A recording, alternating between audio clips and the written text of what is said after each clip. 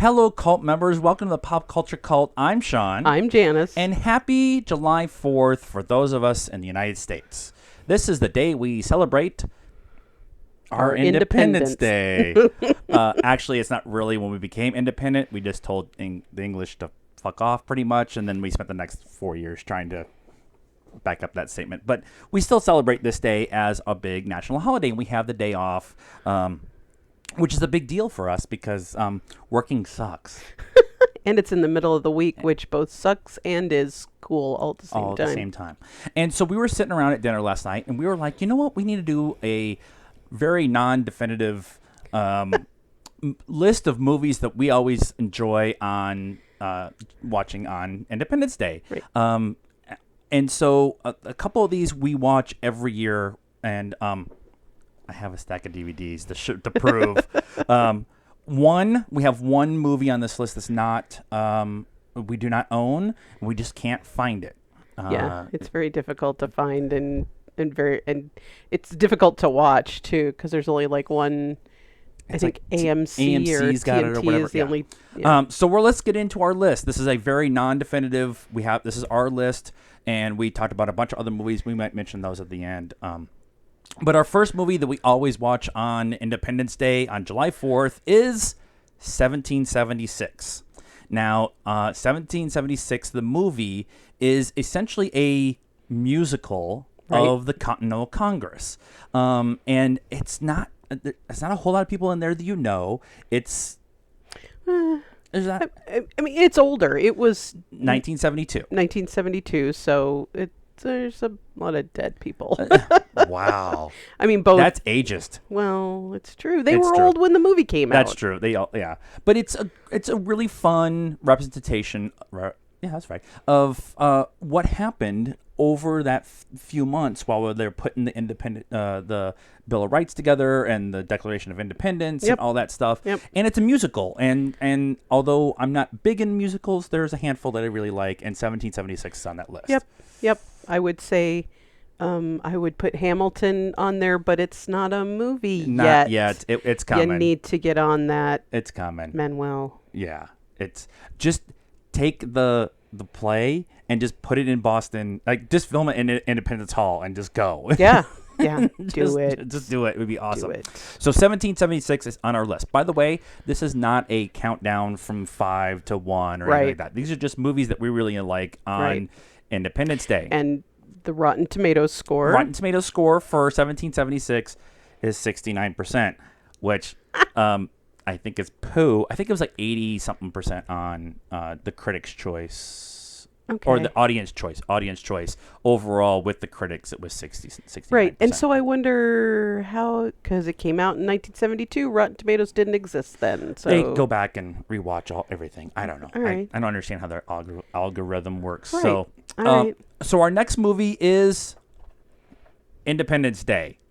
I mean, come on. It's in the title. It's in the title. It says ID4. It was like one of the best marketing things that ever came out. It came out on the 3rd of July in 1996.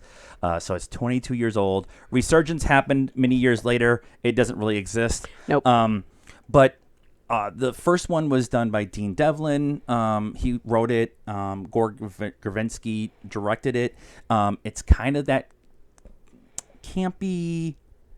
when serious. When it first came out, we were like, "Oh my God, they just blew up the White House. That's never been seen before." And it was awesome when it first came out, and now it's kind of campy. It's campy, but campy in a fun way. Yeah.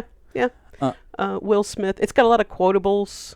Oh yeah, I've been quoting Independence Day all day. I could have been at a barbecue. Oh yeah, and the speech that is given when they go to attack the aliens. Yeah, that the president Bill Paxton. Bill Paxton gives is like one of the better speeches actually for a movie that's kind of weird and kind of We will not go quietly into the night. Jeff Goldblum and it's just and Will Smith. And, Danny Quaid. Vanessa. Vanessa Fox. Vivica Fox. Vivica A. Fox. Good, fun movie. We'll probably go put it on once we're done with this video. Yep. But definitely worth it. 63% on Rotten Tomatoes. Whatever. You're going to see a trend with a lot of our movies. Our next movie is called The Patriot. That's right. One of our favorite movies for Independence Day is made by an Australian guy. Who is an anti-Semite, apparently. Well, only when he's drunk. It's about Benjamin Martin, who fought in the French Indian War, getting kind of called back into service for the American Revolutionary War after his son is killed. And it deals with, it's more of a historical fiction. They talk about certain battles that really happened, and there was real people. Like Cromwell. All of them actually were real people in that part of the country at that point in time. They talked about Charleston and how it fell and everything. But the story of Benjamin Martin isn't real, but it's so well done. And Heath Ledger gives one of his early performances where you're like, hey, that guy can act. Yeah. And Mel Gibson... For what it's worth, I really like Mel Gibson as an actor. Yeah. And so he's really good in this, and he gives an emotional, emotion as a father, not wanting to go to war because he knows what it's like to be in war. Yeah. But it's always one of our favorite movies because it's talking about how we became an independent country. Yep. And how the whole process was, and how it was actually meaning. My hats are not like cooperating. Showed the real part of the war and how it affected families and stuff. And it was ugly, and they killed little kids, and cannon bullets, cannonballs, would just like rip through people, and it's a good, for us, it's a good movie. 61% on Rotten Tomatoes. Rotten Tomatoes, it's a no. They're wrong. And it came out in 2000, and it actually holds up pretty well. Most period pieces hold up pretty well. Yeah, it's not like there's a whole ton of CGI or whatever. Right. Our next movie that has to be watched on the 4th of July is Captain America, The First Avenger. Now, there's better Captain America movies, but First Avenger, dealing with Rogers and World War II and Red Nazis Skull and Red Nazis and Hydra, and you kind of get the groundwork for what comes later. This wasn't the first Marvel movie, but it was the first one where I'm like, I actually feel for, I identify, that's the word, with Steve Rogers. Yeah. I was a skinny kid who got big, and because I worked out a lot and found beer. But I was one of those things that I was one of the first movies where I looked at superheroes, because I wasn't a comic book kid. I was a sports kid, but as an adult, I've become a comic book adult. But it was the first movie where I actually I identify with this character. Yeah. And which sucks because it's been ruined by somebody else for us. So I really can't get into Captain America as much as I want. But the movie is amazing. It is. It is. Like you said, it's not the best one. That's probably Winter Soldier, but it's America. It's America during World War II and the bond sales and all that stuff going on. And it kind of does tell the story of what was going on in World War II. Oh, by the way, they made a superhero comic book character and stuff. One of my favorite covers and artwork is Captain America punching out Hitler. I've been looking for that as a wall hanging piece to go on for the show forever. It's okay. I've punched out Hitler 200 times. It's 79% on Rotten Tomatoes. It's better. I think it's dumb, but and for our last of the 5 movies that you should watch on July 4th, Independence Day, is, that's right, a hockey movie. Nothing says America like a Canadian sport. Miracle. Now, if you have never seen Miracle, turn us off, go watch it. Because, goddamn. It's a good movie. This is the story of the 1980 hockey team when they beat Russia, when Russia was the hockey team of all hockey teams ever. They never...